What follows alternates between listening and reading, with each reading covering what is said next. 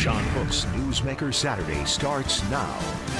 Thanks for joining us on Newsmaker Saturday. All I can say is buckle up, because tonight we are engaging not in the latest political debate. We are taking on much weightier questions tonight revolving around UFOs, unidentified flying objects, and UAPs, unidentified aerial phenomena.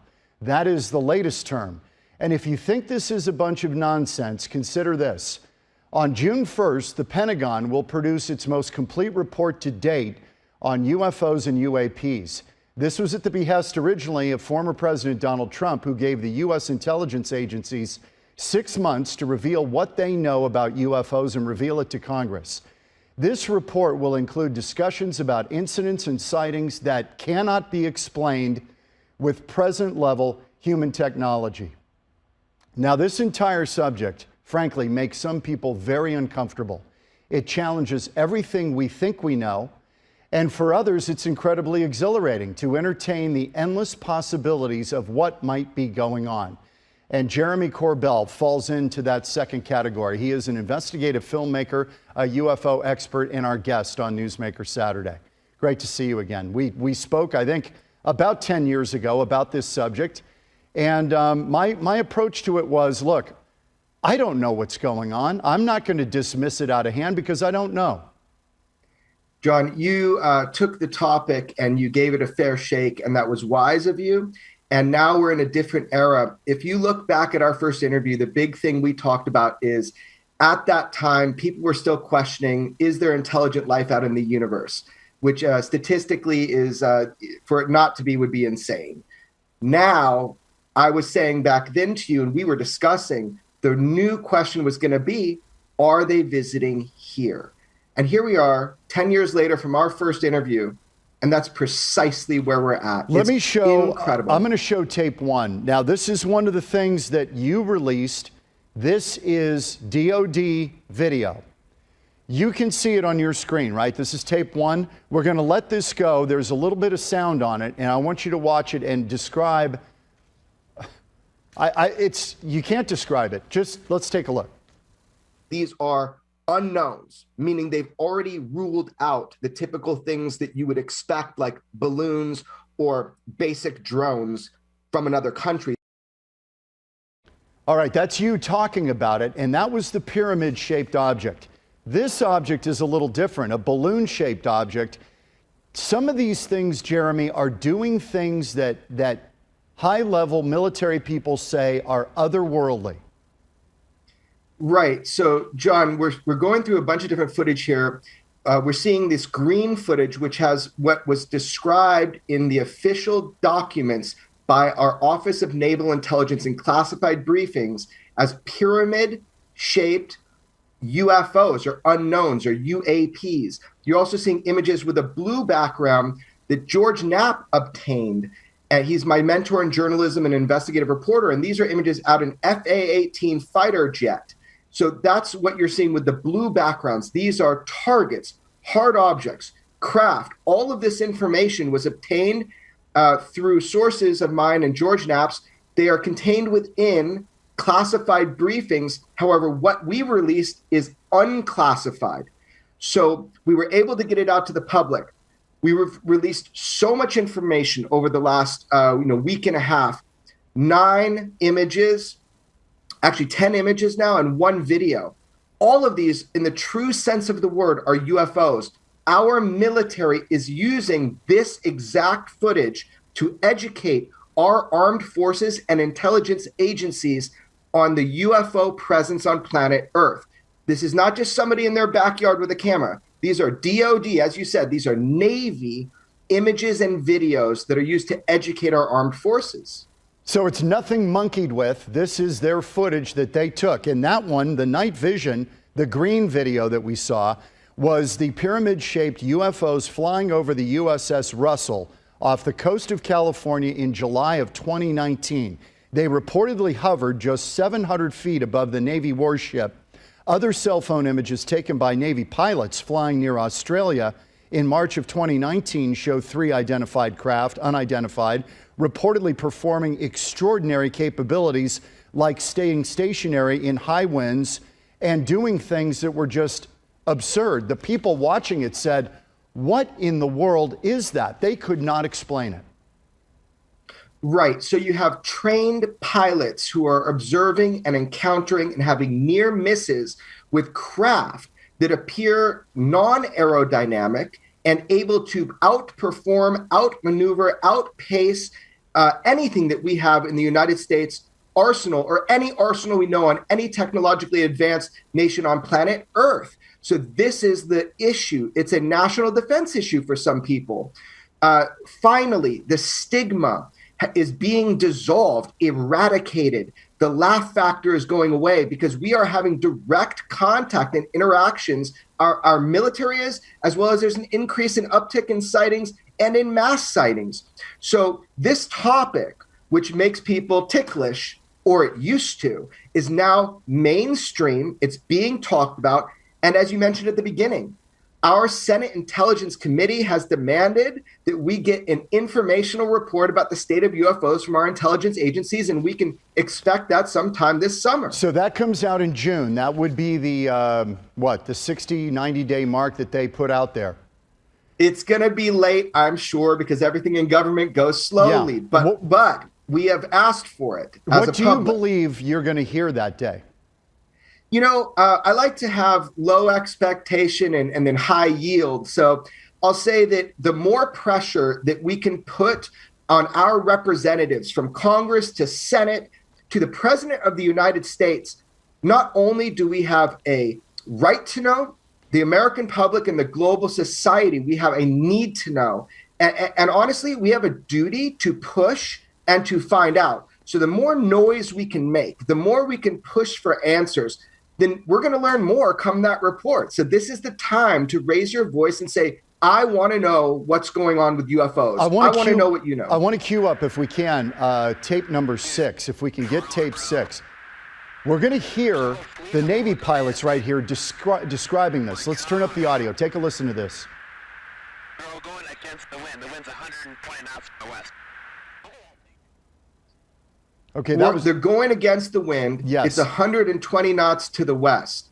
Why that pilot was so excited is because you have a non-aerodynamic, appearing to be a saucer-shaped craft flying against the wind, and it's not losing speed, and it was able to mechanically turn in the video.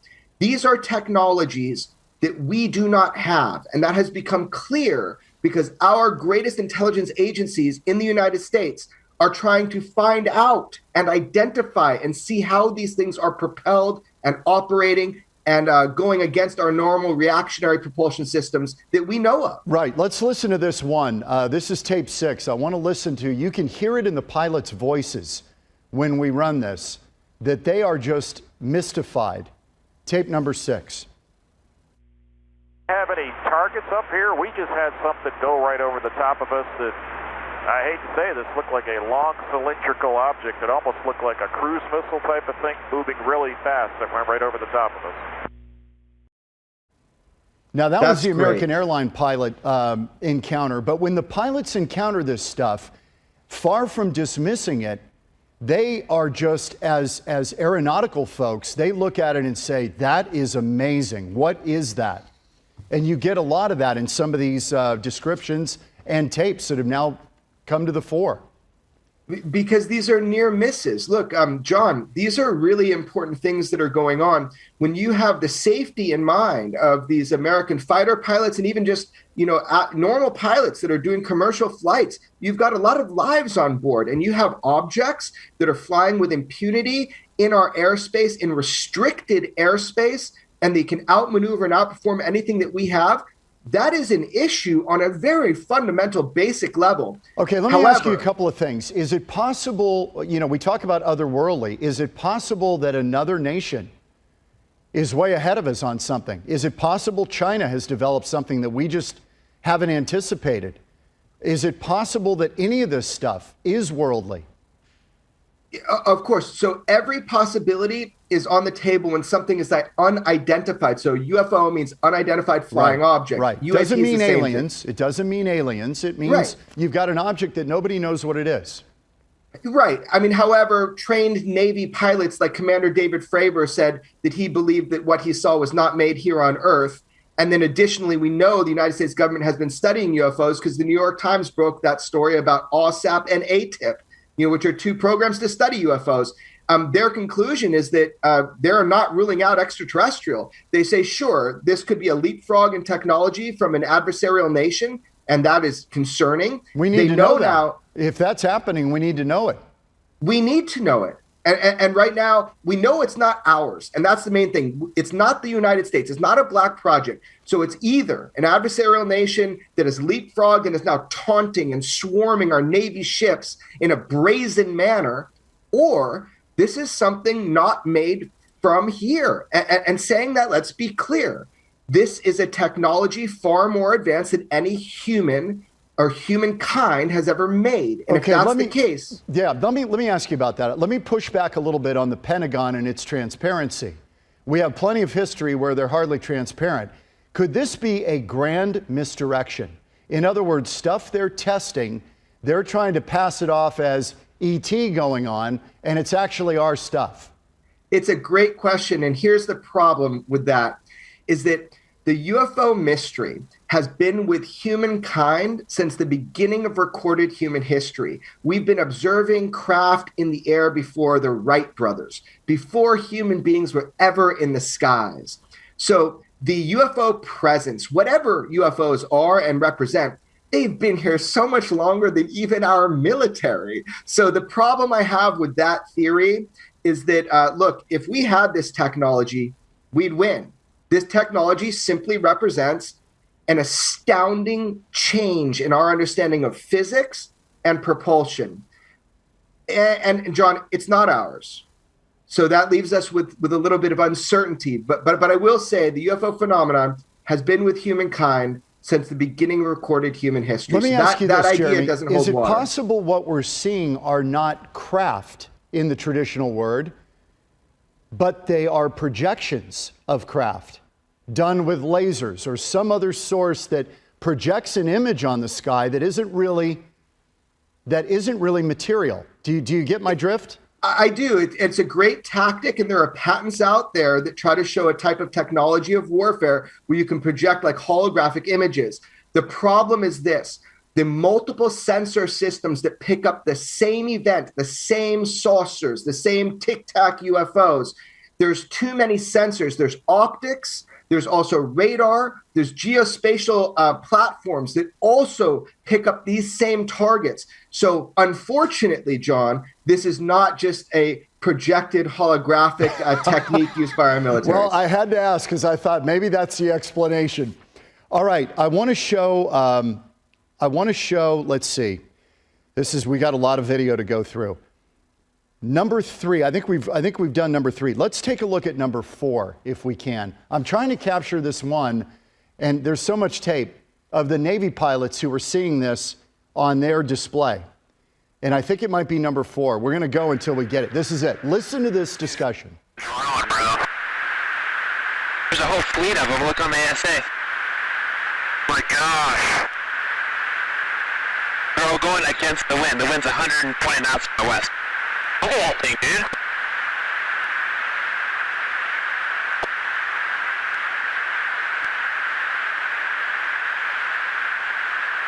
That's not our LNS though, is it? It's not. That is the LNS, dude. Well, if there's like... Look at that thing. It's rotating.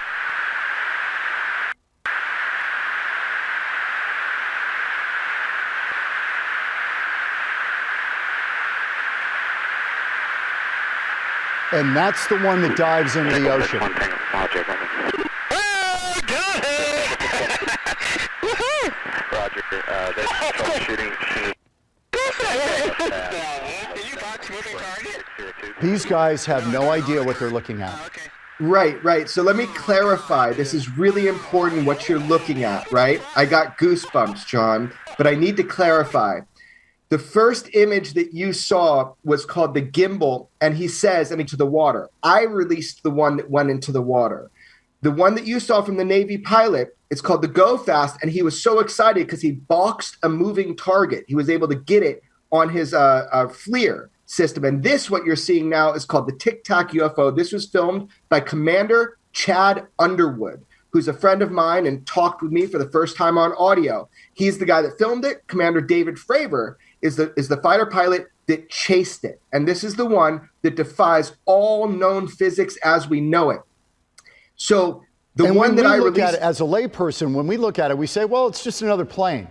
But these guys know what they're looking at, and it's doing things, even though if you're not a pilot, you may not be able to discern, but it's doing things that are otherworldly, right? Yes, there is a learning curve when you're looking at these FLIR, which is basically a thermal type camera.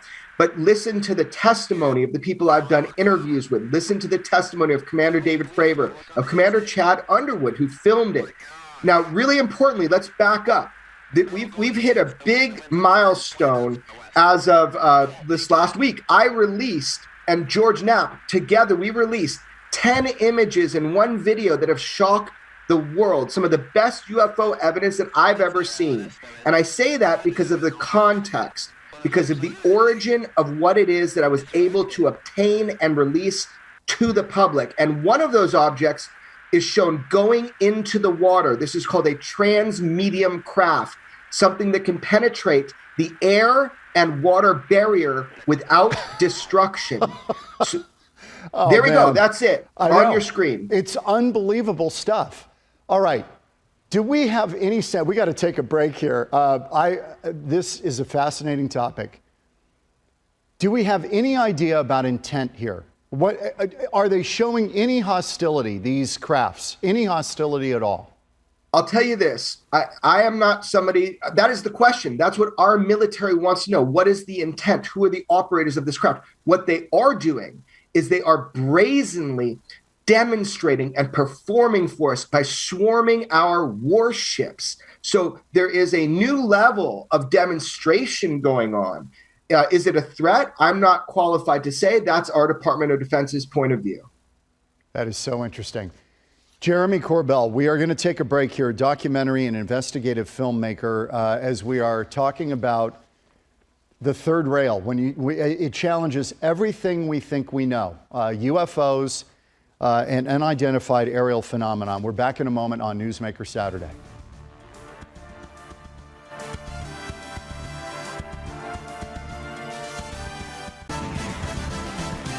Welcome back on Newsmaker Saturday, talking UFOs and unidentified aerial phenomenon. We're not saying aliens are visiting. We're just saying there is stuff out there that credible people, Defense Department people, Navy pilots, commercial pilots are seeing that simply at this point cannot be explained. And right now, the official position of the U.S. government has changed of publicly ignoring this stuff to now saying these things are unexplainable. And they're going to issue a report probably in June. Jeremy Corbell is a documentary and investigative filmmaker. He's been looking into this stuff for years and years. And some of the stuff he's been talking about for years and years is kind of coming to pass. The government now can't ignore it because too many sightings, too much data out there. Jeremy, thanks. Part two of our program here. Hostile intent. We talked about that before the break. There's that video taken. You can tell me who it was taken by. You obtained it, of the craft not only flying in really spectacular fashion that can't be explained, but then diving into the ocean. Is that a missile? So, could that be a missile that is plunging back to Earth and ends up in the ocean and they capture it? No. So that's from the USS Omaha, which is from one of our warships. And what you're seeing is one of the multitude of targets that it was tracking on the 15th of July in 2019 off the coast of California. I released that information just a couple of days ago, the exact dates. That object that ended up submerging, going into the water without destruction, that's called transmedium. They searched for it, and in the reports, it was even using a submarine. They were unable to find any materials. So we have craft that can go from air down to sea, and there's no destruction. This is incredible. So these technologies are more advanced than what we know and have in our arsenal. That is why our government is taking this seriously now. They want that technology. Okay, so The million-dollar question. People always are asking, what would be an event that would be a uniting event for the world? Is this hold that possibility, or do you suspect as we start to unravel this, we could have utter chaos because now the government can't protect us? If there's hostile intent, whatever this stuff is, and again, UFOs have been part of human experience since the beginning of recorded human history. If there was a hostile intent, I'm thinking we probably know about it by now. It seems more like a performance, like a dance, like a I see you, you see me. These things are not shooting down our airplanes. So I wouldn't have any fear at all, but I would have curiosity. In fact, I like to say my curiosity has been weaponized. I want to become an individual learning and contributing to this topic. Look, it's the greatest story of all time, and it's happening. So why is this curiosity that you talk about not shared by high tech in Silicon Valley? People like Elon Musk, they have dismissed this stuff out of hand. I'm sorry, we've got you're right. all of our titans of this who are intellectually incurious about this. I'll tell you something. Some people are privately curious and publicly not. Titans of industry were given access to this classified report that I was able to receive unclassified aspects of. I would be very surprised if in private Elon Musk had the same attitude as he did on the Joe Rogan show, which was dismissive. In private, I would be very surprised if that was the case. Some of these guys have said, I'm trying to find the quote. One of these guys, astrophysicist Neil deGrasse Tyson, he said that he would only take the idea seriously when aliens send him a dinner invite. Yeah, well, that's a high bar because who knows if he's a really great guest to have even just for dinner to begin with. I don't know. I can't speak for the aliens. I'm just saying that that's a ridiculous comment from somebody who should not be acting ridiculous about the idea of extraterrestrial life and their ability to have greater physics than we do. I've had an exchange with Mr. Tyson, and I would like to respectfully disagree. I will take the dinner invitation, from other civilization, but I just think that he needs to look at this as he would and give it a fair shake as he would with any aspect of physics. Right, Jeremy. The common line is that what we know of the universe and what's out there, that any intelligent life would be too far away from us to reach us, that it's just impossible. Do you challenge that assumption? I do. And we talked about this 10 years ago, John. The concept of moving through time and space is a moot point. It absolutely doesn't matter. The only way craft can travel is gravitationally, and we are witnessing that. So these craft have to be gravitationally propelled. And this is understood within our Department of Defense that the craft are gravitationally propelled. So in which case, time and space has no longer matters. It's instantaneous travel. It's hubris to believe that a reactionary propulsion system is the greatest of all propulsion systems, where you push something out the back and you go forward. These craft are gravitationally propelled, and that is demonstrated by their capabilities, recorded by our military. I was going to get into the Phoenix Lights, but I can't. We don't have enough time. We will do that next time. Will you come back after the Department of Defense, the Pentagon, issues its report on, again, not aliens, unidentified flying object, unexplained aerial phenomenon, and we're going to get more from them. There have been far more sightings than we ever knew. There is a great mystery here, John, and we have a duty to try to find out what's going on, what's flying with impunity in our skies. Let it be a foreign nation or let it be something more exotic. That doesn't matter. What matters is that we, as the American public and our military, have transparency, UFO transparency. And using that, we're able to determine what is going on with this UFO mystery. Jeremy Corbell, it's great to see you again. Great to have you on the program, and we can't wait to have you back. Thank you, John. Okay, we'll take a breath on that one. Thank you, Jeremy.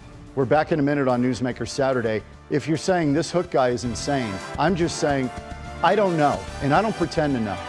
So I'll leave it at that. We're back in a minute. The truth is out there. We will see you next week on Newsmaker Saturday.